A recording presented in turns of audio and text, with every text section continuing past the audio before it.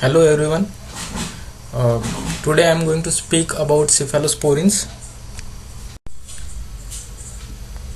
Before talking regarding the cephalosporins, I would like to revise the classification of bacteria and spectra of different antimicrobial agents against them. So broadly, the bacteria can be classified depending upon their gram staining as gram positive and gram negative. These can be further classified into aerobes as well as anaerobes. There are also bacteria which are not stained by gram staining. They can be either acid fast bacilli or bacteria that are atypical. So among the gram positive aerobes we have cocci and bacilli. The gram positive cocci are staphylococcus and streptococcus as well as the diplococci of enterococcus.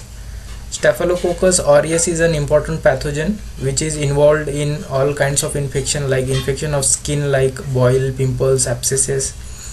It is also involved in respiratory tract infections starting from the tonsillitis and the sinusitis, pharyngitis, and it may also cause severe respiratory infections like pneumonia.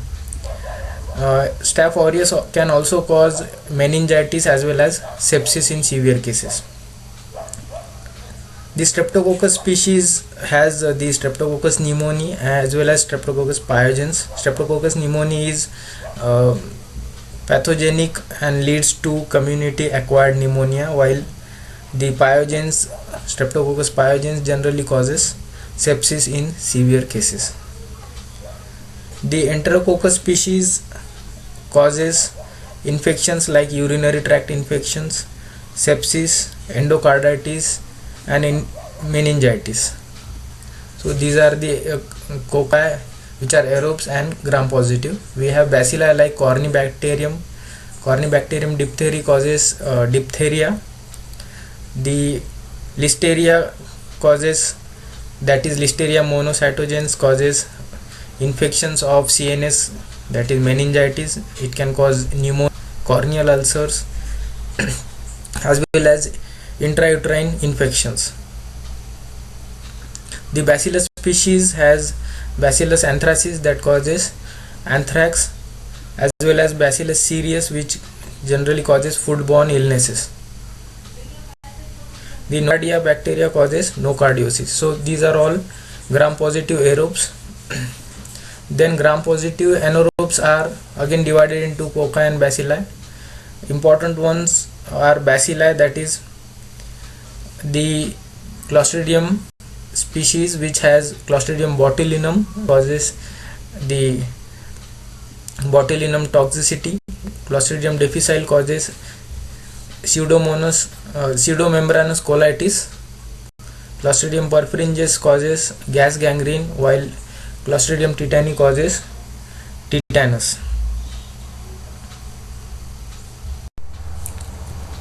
Coming to the gram negative organisms, we have gram negative aerobes as well as anaerobes. The gram negative aerobes are again divided into cocci and bacilli.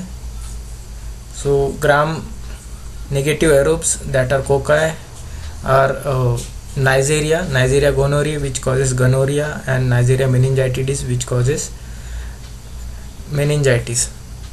The bacilli which are aerobes and gram negative belong to the Enterobacteriaceae group of bacteria. So these are all gram negative rods and which are very much related with the GI tract. That is why they are named as Enterobacteriaceae. So Escherichia coli is one of the most notorious organism among them, which has different strains among itself like enteropathogenic, enterotoxic, enteroinvasive and other Escherichia coli strains. The E. coli causes gastroenteritis, urinary tract infections, neonatal meningitis and dysentery. The Campylobacter jejuni and H. pylori, these gram negative rods cause peptic ulcer. The Salmonella species is known to cause typhoid. Shigella causes shigellosis, and Vibrio cholerae causes cholera. Then we have Klebsiella, that is Klebsiella pneumoniae, that causes pneumonia and other infections like urinary tract infections. We have Brucella, that causes brucellosis, Bordetella, that causes ptosis, as well as whooping cough, that is the whooping cough. We have Francisella, that causes tularemia. Then we have Bartonella, which causes cat scratch disease. Then we have Coccobacilli, that are gram-negative aerobes, Haemophilus influenzae, which is known to cause pneumonia, and Haemophilus duceri, which causes chancroid. The gram-negative anaerobes are again divided into Cocci and Bacilli.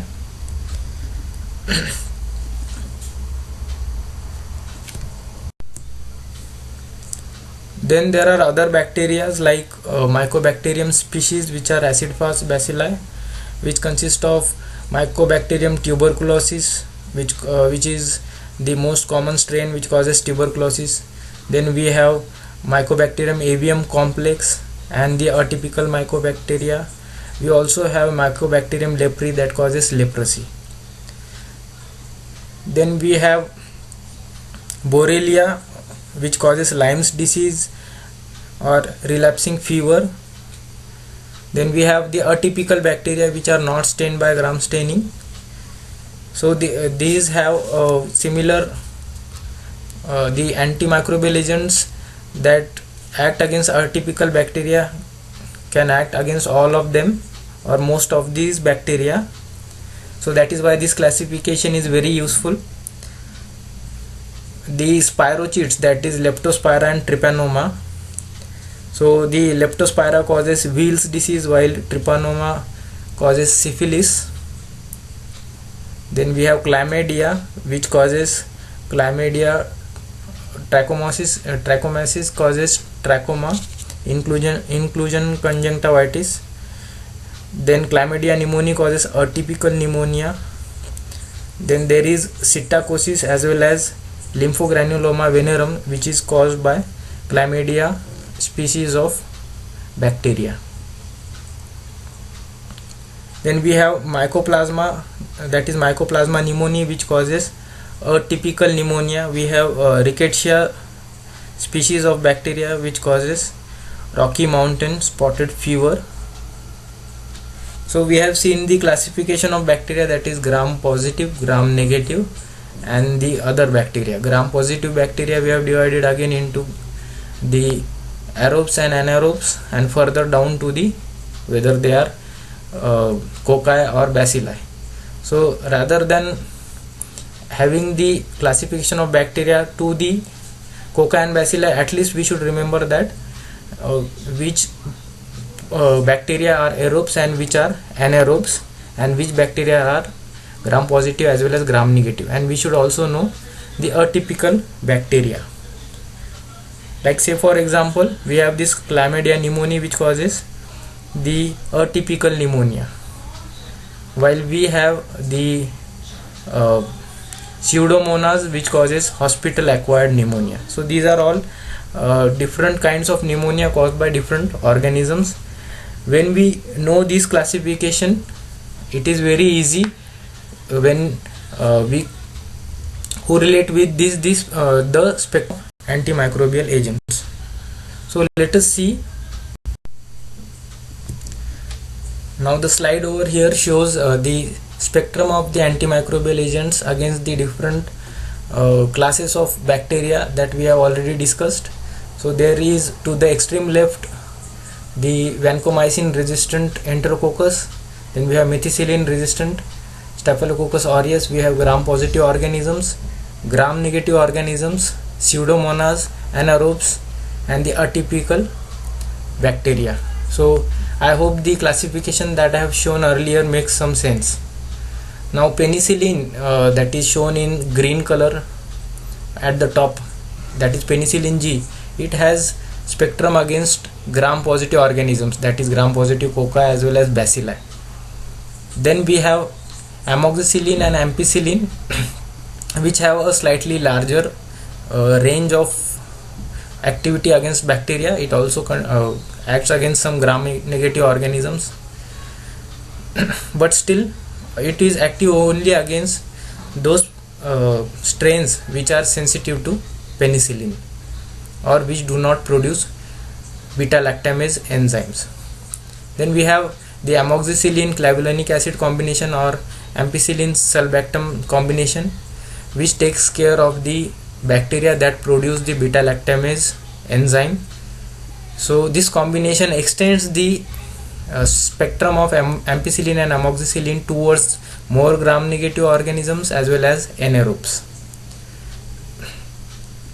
Then we have methicillin and oxacillin that are active against penicillinase producing bacteria. So methicillin and oxacillin act against gram-positive organisms, the same organisms against which penicillin G can act, and it will act against those organisms also to which this penicillin G is not showing any effect due to the beta lactamase activity. Then we have piperacillin, tazobactam as well as ticarcillin clavulinate combination.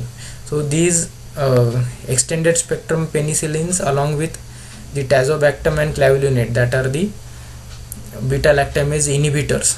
So this combination has a very broad spectrum which also covers the pseudomonas over here, in addition to the organisms that are covered by the amoxicillin clavulinate combination. So you can see the spectrum, how it has increased from the penicillin towards the amoxicillin and then amoxicillin clavulanic acid, and then again with piperacillin, tazobactam or ticarcillin clavulinate. Then we'll be discussing the cephalosporins later on. There are first generation, second generation, third generation and fourth generation cephalosporins, even the newer fifth generation cephalosporins. There are carbapenems, which are also cell wall synthesis inhibitors like penicillins, which are active against a broad spectrum of organisms like the piperacillin, tazobactam that we have seen above.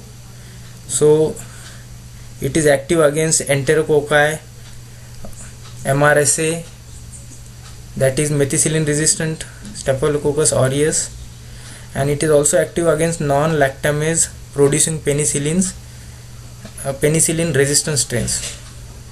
So those strains of bacteria that are penicillin sensitive are also sensitive to these carbapenems. Then we have Astrionam, that is a monobactam. It is active against the aerobic gram-negative species of bacteria. So these gram-negative species, gram-negative aerobes contain E. coli, Klebsiella, Haemophilus and Proteus. So such kinds of bacteria. Then we have the trimethoprim sulfamethoxazole combination, which contains a sulfonamide and a antifolate.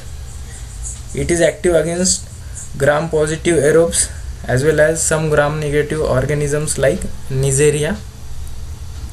Then we have clindamycin, which is a protein synthesis inhibitor, and it is active against the organisms that are sensitive to penicillin, and it also covers the organisms which are killed by erythromycin. So that is how it is also active against methicillin resistant Staphylococcus aureus. Then we have vancomycin, which is also cell wall synthesis inhibitor like penicillin, but a slightly different mechanism of action. It is active against methicillin resistant Staphylococcus aureus, Enterococcus faecalis, Clostridium difficile.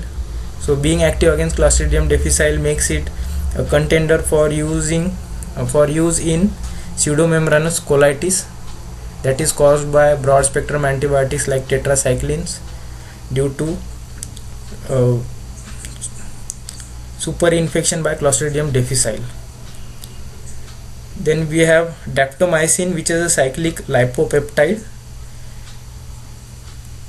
It is active against penicillin resistant strains methicillin resistant Staphylococcus aureus, vancomycin resistant Staphylococcus aureus, and vancomycin resistant Enterococcus.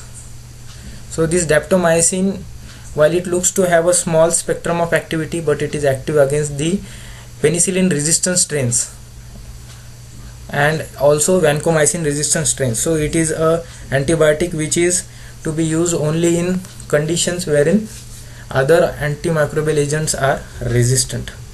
Then we have linezolid, which is an oxazolidinone, and it is active against the vancomycin resistant Enterococcus as well as vancomycin resistant Staphylococcus aureus, and also multi-drug resistant respiratory infections are treated with linezolid. So this is again similar to daptomycin, and a reserve, it should be a reserved drug for resistant infections. Then we have tetracyclines, which are protein synthesis inhibitors, and these have a very broad spectrum of activity. They are, in addition to the activities that were seen before, it is active against the atypical microorganisms. So these atypical microorganisms are actinomycetes, rickettsia, chlamydia, and they are obviously active against most of the gram positive and gram negative organisms. Then we have tigecycline. This is a minocycline derivative and has a mechanism similar to the tetracyclines. It is active against the vancomycin resistant Enterococcus, Staphylococcus aureus. It is also active against Streptococcus pneumoniae, penicillin resistant staphylococci. It is active against most of the gram negative organisms which have shown resistant against the older tetracyclines. So that is how this tigecycline has a broader spectrum, and it is active against those bacteria which are not killed with tetracyclines. So you can see the gram negative spectrum has increased, as well as anaerobes are also covered with the tigecycline group of drugs. Then we have macrolides, that is erythromycin and other drugs like roxithromycin, azithromycin. These have spectrum similar to gram positive organisms. In addition to that, they are also active against the atypical organisms or bacteria. Then we have quinolones, that is yet to be covered. These are DNA gyrase inhibitors, and they are active against the some of the gram positive bacteria. They are active against methicillin resistant Staphylococcus aureus, that is the dilafloxacin, and they are not active against anaerobes except for moxifloxacin. So except for anaerobes, they cover pseudomonas, gram negative organisms, most of them. So these gram negative organisms that are important for us are the Enterobacteriaceae group of drugs, group of bacteria, pseudomonas. Then the atypical bacteria are also taken care by the fluoroquinolones. Some of the fluoroquinolones are used for treatment of tuberculosis, as they are active against Mycobacterium tuberculosis as well as Mycobacterium avium complex group of tubercle bacilli. Then coming to aminoglycosides, so these are protein synthesis inhibitors and mostly active against the gram negative aerobes. They are also active against pseudomonas. Then we have phosphomycin, which is also cell wall synthesis inhibitor, but its mechanism of action is different from the penicillins.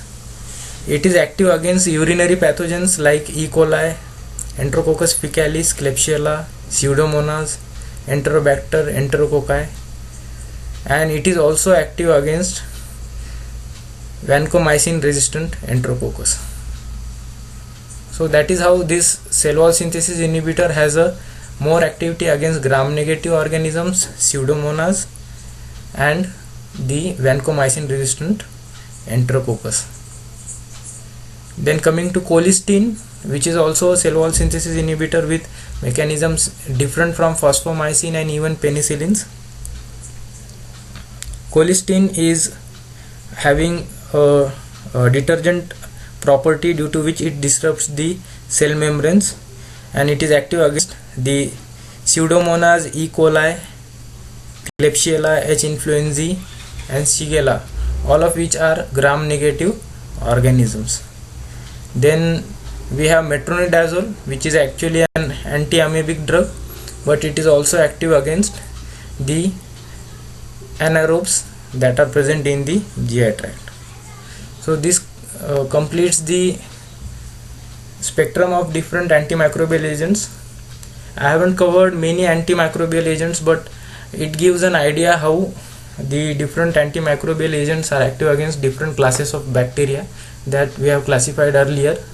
And going through this slide or going through this type of classification and again will let you know how we can remember the diseases, the bacteria that cause them, and which drugs can be used against them.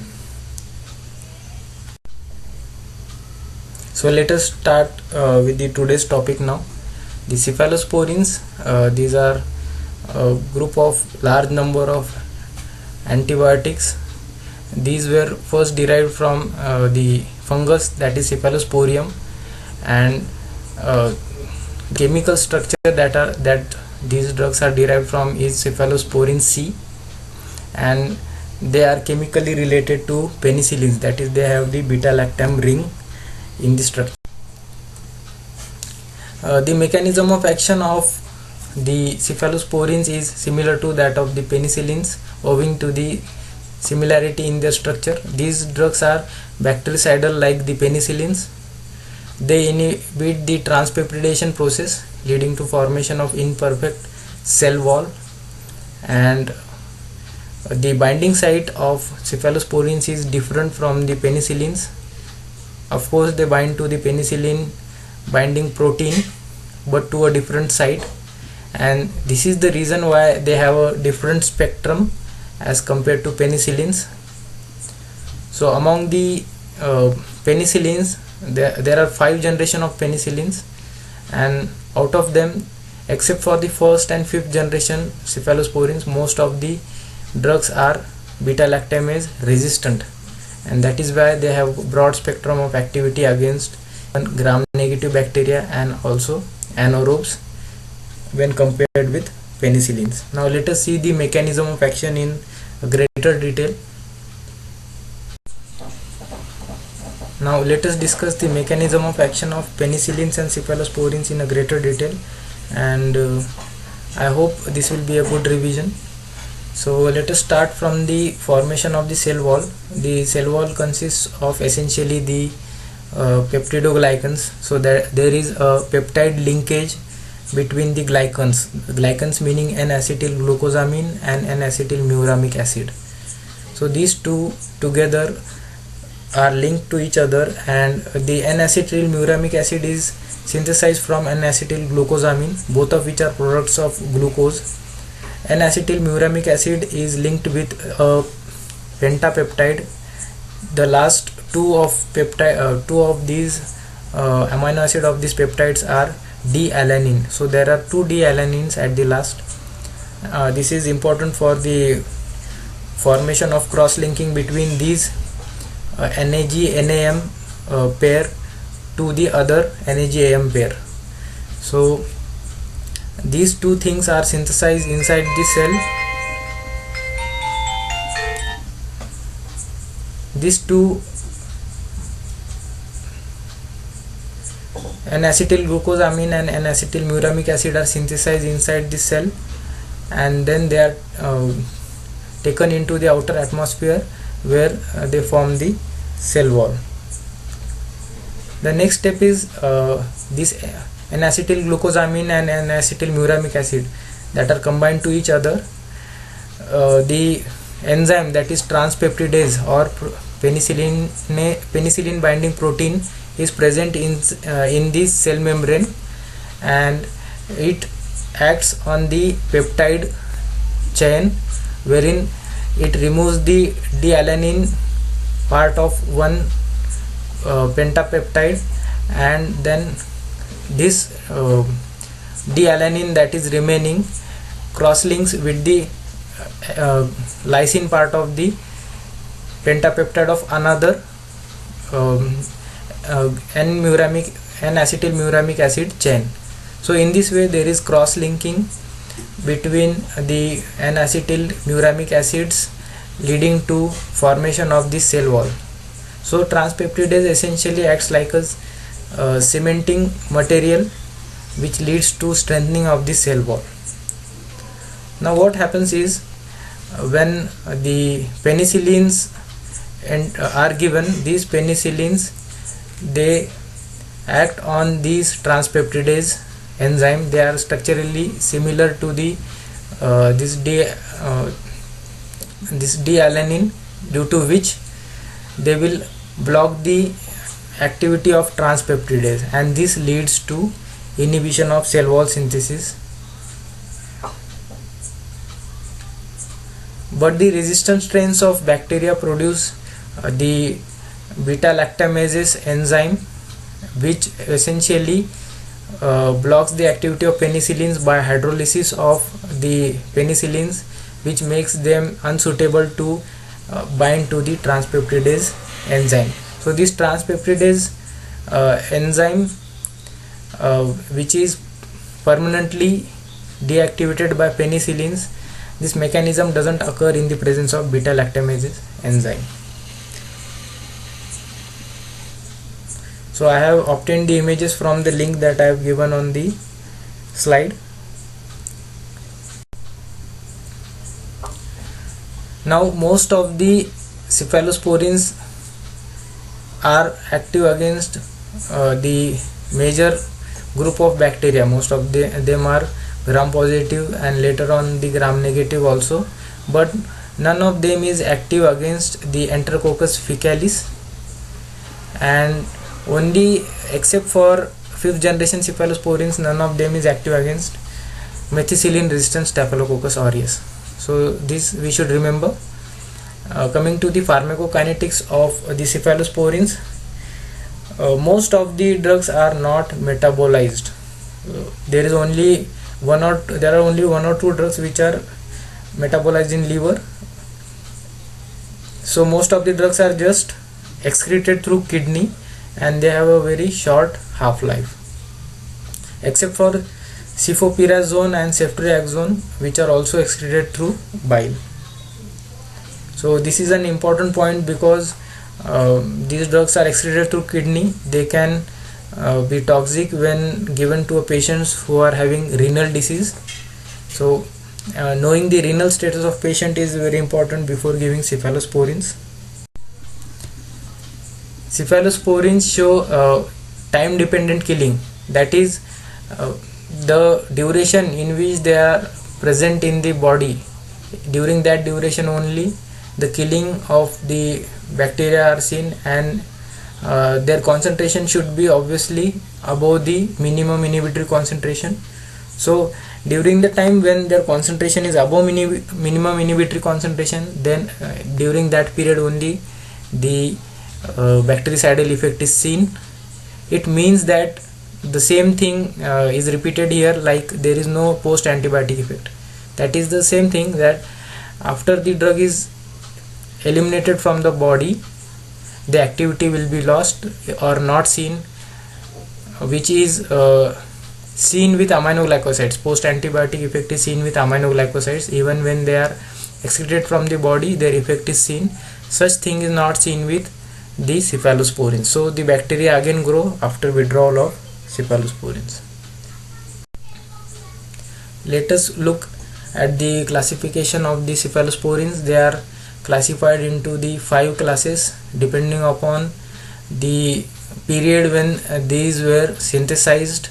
So the first generation cephalosporins were those which were present during 1950s or 60s, and after every 10 years or so a new generation of cephalosporins came into picture.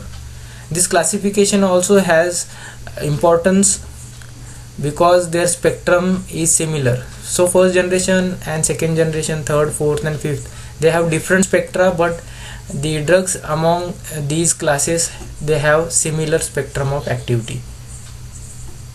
So again, in these classes we can see that each generation has oral and parental route for administration, and depending upon their pharmacokinetic properties, they are either given orally or parenterally.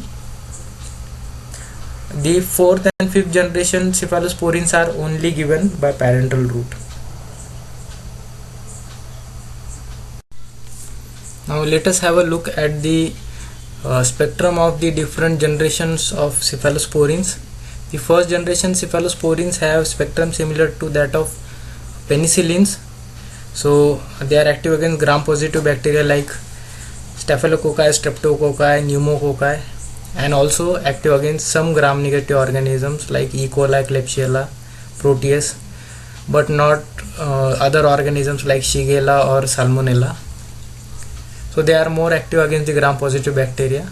They are effective against the anaerobes, but what they are not active against is the Pseudomonas, the methicillin-resistant Staphylococcus aureus, Salmonella, and they are slightly resistant to the beta-lactamase enzyme. So this is about the first generation cephalosporins. The second generation cephalosporins are more resistant to beta-lactamases as compared to first generation. They are active against gram-positive organisms but not as active as the first generation. They are more active against the gram-negative organisms. They are very effective against the anaerobes, but still they are not active against the Pseudomonas, methicillin-resistant Staphylococcus aureus or Salmonella. They are the cefuroxime among the second generation cephalosporins can cross the blood-brain barrier and can be used for meningitis patients. The third generation cephalosporins has more spectrum towards the gram-positive organisms and is more resistant to beta-lactamase as compared to first and second generation cephalosporins.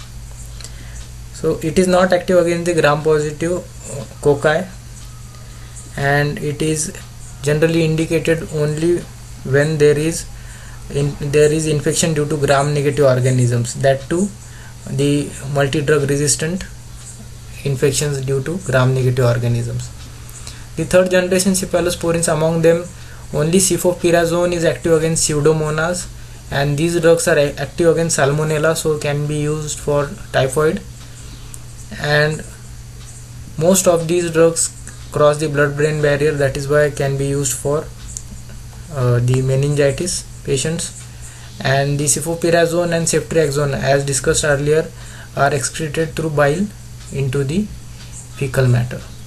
The fourth generation cephalosporins are again more resistant to beta-lactamases enzyme, and they are active against Staphylococci, Streptococci, but they are not active against the methicillin-resistant Staphylococcus aureus. Remember, even third generation cephalosporins are not active against methicillin-resistant Staphylococcus aureus, but fourth generation cephalosporins are active against them, against the Salmonella, Pseudomonas, and they are also effective against the anaerobic organisms. And these group of drugs are highly resistant to beta-lactamase enzyme. The fifth generation cephalosporins, again they are now sensitive to the beta-lactamase, as opposed to the other classes of cephalosporin. They are sensitive to beta-lactamase. They are active against aerobic as well as anaerobic gram-positive organisms, and also active against the aerobic gram-negative organisms. So again the spectrum has changed, and it is more active against gram-positive as compared to gram-negative. It is sensitive to beta-lactamase enzyme, and one additional point is that it is active against methicillin-resistant Staphylococcus aureus, and like the third and fourth generation, it is also active against Pseudomonas and Salmonella. So this was about the spectrum of the cephalosporins different generations. The spectrum, there is a shift of spectrum from first generation from gram positive organisms towards the gram negative organisms.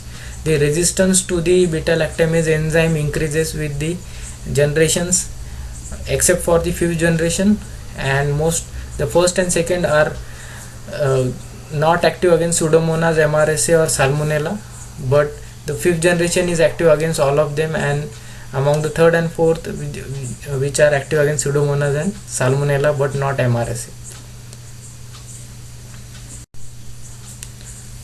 The second generation cephalosporins were very commonly used before the advent of the third generation cephalosporins, and their use has been brought down by the invent of the penicillin beta lactamase combination, which is a better alternative against the Bacillus fragilis, which causes the pseudomembranous colitis. And the third and fourth generation cephalosporins have better activity against gram-negative organisms as compared to second generation cephalosporins. So due to all these reasons, the use of second generation cephalosporins is gone down. Coming to the adverse effects of cephalosporins, I am going to discuss regarding their adverse effects altogether. The cephalosporins, when given parenterally by intramuscular injection, it causes pain, while when given by IV route it can cause thrombophlebitis. Hypersensitivity reactions like skin rash, fever, serum sickness are seen with these drugs, and cross reactivity, that is, if one cephalosporin shows the adverse effect of such kind, it can also be seen with other cephalosporin. Superinfection in the form of pseudomembranous colitis is seen with third generation cephalosporins, and even diarrhea is seen with these agents. Then hypoprothrombinemia is seen with a few cephalosporins, which can be corrected by giving parenteral vitamin K injections. Nephrotoxicity is seen with cephalosporins, and this kind of toxicity is reversible if cephalosporins are withdrawn, and this is the same reason why we need to see the renal status of the patient before giving cephalosporins. Even cephalosporins are excreted solely through the kidneys. The drugs which cause nephrotoxicity like furosemide are not to be given along with cephalosporins. Neutropenia and thrombocytopenia can be sometimes seen with cephalosporins. The cefoperazone and cefotecan, these two cephalosporins show disulfiram like reaction.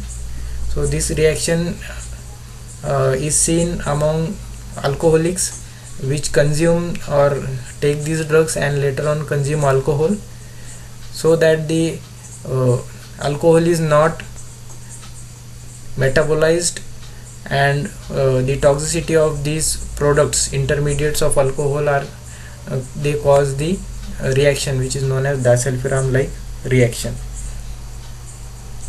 This type of reaction is also seen with tronidazole.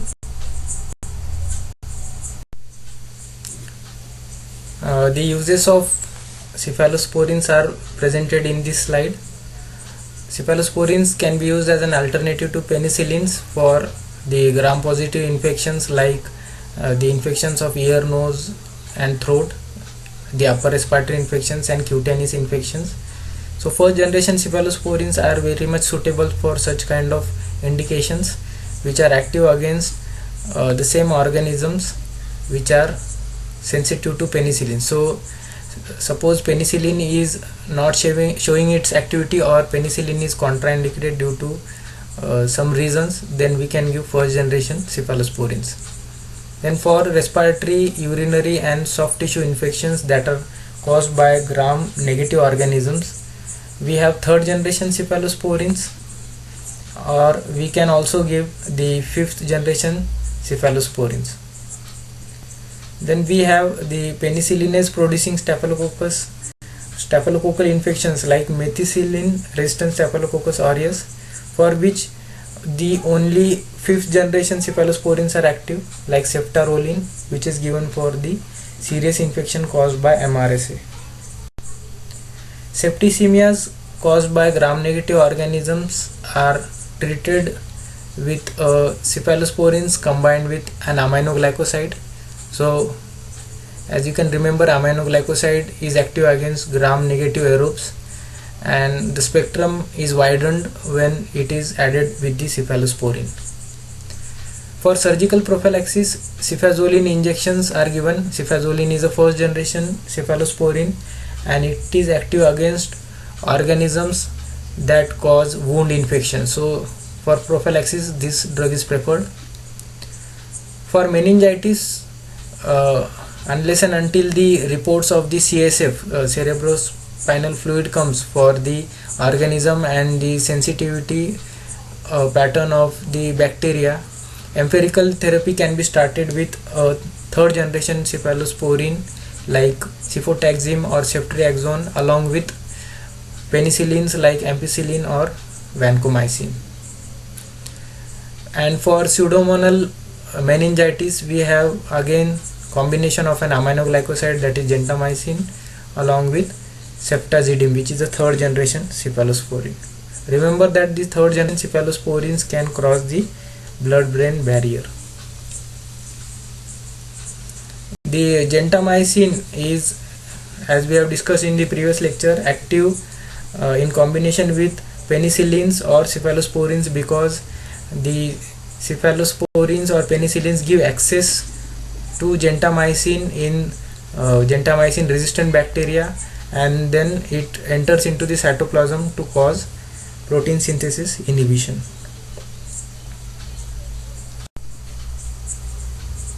For gonorrhea, which is caused by Neisseria gonorrhoeae, which is resistant to the penicillins due to production of beta lactamases, or syphilis and the H. Duceri, that is Haemophilus duceri, which causes chancroid, we have ceftriaxone, which is a third generation cephalosporin. Then for mixed aerobic and anaerobic infections, like in case of patients who are undergoing the colorectal surgery or obstetric complications, we give third generation cephalosporins commonly, or we can give even cefuroxime and cefaclor, which are second generation cephalosporins.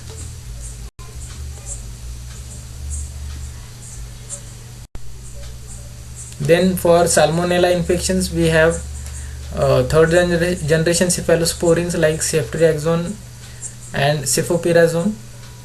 For hospital acquired infections, again we have third generation cephalosporins, or even fourth generation cephalosporins can be used.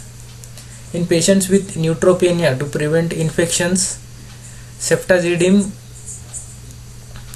and third generation cephalosporins can be used, with or without a combination of a aminoglycoside like gentamicin. So these are the cephalosporins. Let us now look at the spectrum of cephalosporins. We have seen the spectrum of other antimicrobial agents. The first generation cephalosporins has spectrum similar to the penicillins, that is, it is more active against gram positive cocci and bacilli and some gram negative organisms. If we look at the second generation cephalosporins, it is active against gram negative organisms as well, and the cefoxetine and cefotenin is also active against the anaerobes. The third generation cephalosporin has less activity against gram positive organisms, but is more active against gram negative organisms, and it is also active against pseudomonas. The one that is ceftazidime is active against pseudomonas. Fourth generation cephalosporins again have extended spectrum, and they also cover the pseudomonas but not the MRSA. The fifth generation cephalosporins, they are active against even pseudomonas as well as MRSA, but they are sensitive to beta lactamase enzyme. So that is the spectrum of cephalosporins. So in this lecture we have covered the mechanism of action, classification, the adverse effects and uses of cephalosporins. I hope you enjoyed the lecture. Thank you.